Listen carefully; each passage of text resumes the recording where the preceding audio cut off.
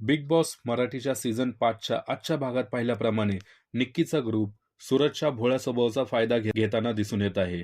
आजच्या कॅप्टन पदासाठी झालेल्या स्पर्धेत सूरज ऍक्टिव्हपणे खेळत होता. पण जेव्हा हिरव्या मार्गिकेच्या ड्रायव्हर सीटवर अंकिता बसलेली असताना वैभवने बळाचा वापर करत सीट बळकवण्याचा प्रयत्न केला.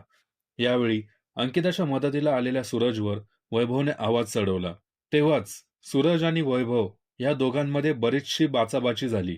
याच ठिकाणी सूरज वैभवच्या अंगावर धावून गेला. या कंडिशनमध्ये एक ऑब्झर्व करण्याची गोष्ट आहे की सूरजच्या साध्या स्वभावाचा फायदा घेण्यात येत आहे. सूरजला निक्कीची टीम भांडण्यासाठी प्रवृत्त करत होती, जेणेकरून सूरज स्वतःवरील ताबा गमवेल आणि तो हात उचलेल, जे की बिग बॉसच्या नियमात बसत नाही आणि तो थेट घराबाहेर जाईल.